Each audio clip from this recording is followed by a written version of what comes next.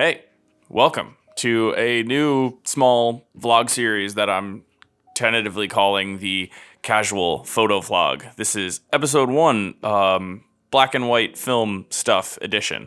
Today I'm going to talk about some random black and white film things. I'm going to talk about my first rolls of TMax, some new film that I got, and developing black and white film, which I'm really excited for. So recently I shot my first few rolls of Kodak's TMax black and white film. I shot 2 rolls of the 400 and 1 roll of the 3200. I'm not sure if the 3200 is right for me. I think it's a really interesting stock, but I'm not sure I love the really intense grain. But the 400 I was really happy with. I've been looking for some new black and white stocks to get into. I've shot mostly Ilford's XP2 in the past, and even though it was very capable, it just took a lot of work to get the look that I wanted. And the first time I saw examples of TMax, I immediately knew that it was pretty much exactly what I was looking for in terms of contrast and grain. Sometimes it's kind of hard to pin down, for me personally, exactly what I really like about a black and white film, but the look of TMax just clicked with me. The 400 speed was pretty much exactly what I was looking for and turned out exactly like I had hoped and expected. It only took a minimal amount of editing and post-processing to really get the look that I was looking for out of the film, but overall I'd have to say that I really enjoyed it. I shot 1 roll with a deep yellow filter and didn't really notice a terribly extreme difference in the other roll that I shot, but I think it's something that I'm probably going to try a couple more times to really see what it can do. I think the contrast in the grain of the TMax looks really good, and honestly, I think I'm going to wind up liking the 100 speed a bit more. I picked up a bunch of rolls of the stuff, expired, lightly expired, and I think the 100 speed is going to provide me just a little bit finer grain, which is something that I like in slower speed films. If I'm shooting something like 400 or 100, I'm really not looking for something terribly grainy. So I think I'm going to wind up liking the 100 a little bit better, but we'll see going forward. I picked up some in 120. This box is expired in 2020, so it's practically new. And I picked up a bunch of rolls of 35mm expired from 2017 and 2015. I also picked up 2 rolls of this. This is Catlabs 80. I think, like TMax, the look of Catlabs 80 just clicked with me.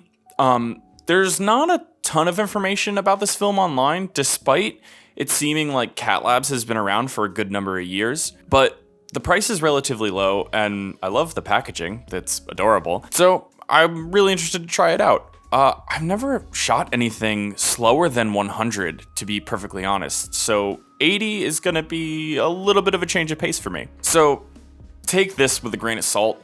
This is just random information I've gathered, tidbits of stuff from old forums and talk about Catlabs. But from what I've seen, people say that Catlabs is trying to emulate the now defunct film stock of Kodak Panatomic X. I'm not sure how exact this film is going to match up with Panatomic X, but from other things that I've seen and other opinions that I've seen online, a lot of people say that Kodak's TMax was essentially the spiritual successor to Panatomic X. So if TMax has a look similar to Panatomic X and this film has a look similar to Panatomic X, it's a no-brainer why the look of Catlabs kind of clicked with me when I first saw it, just like the look of TMax clicked with me as well. Another thing that I've seen about this film is that it uses the same backing paper as the Shanghai GP3 120 film, but as far as I know, it's not the same film stock. It's a completely different stock. It just uses the same backing paper, which some people have complained about. Some people say it feels a little cheap, but again, for the price, I guess I really can't complain.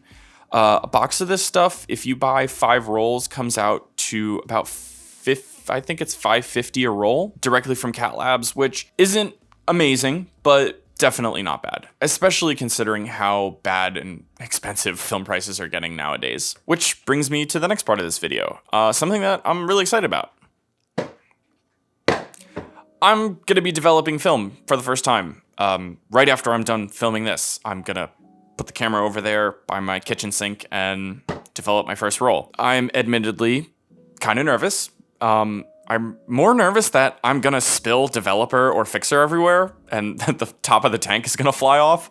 Not about, messing up the development, but I think it's going to be fine. I'm also genuinely excited. I've really only stuck to shooting one black and white film in the past, and that's Ilford's XP2, which is a C41 process film. The reason being is that my labs charge a lot of money to develop black and white film, and getting C41 developed is relatively cheap. I've kind of come to realize that when it comes to shooting color, it really has to count. Color development is just getting kind of expensive. The film itself is getting a lot more expensive. And I really only love the results when the color film is playing to the strengths of the color of the photograph. And a lot of times for casual shooting, when I'm not shooting in, picture perfect light, black and white fits the bill a lot better. So I'm looking forward to trying out more black and white film stocks as well. XP2 is a great film. I think it's very similar to HP5, which I've shot before and I do enjoy.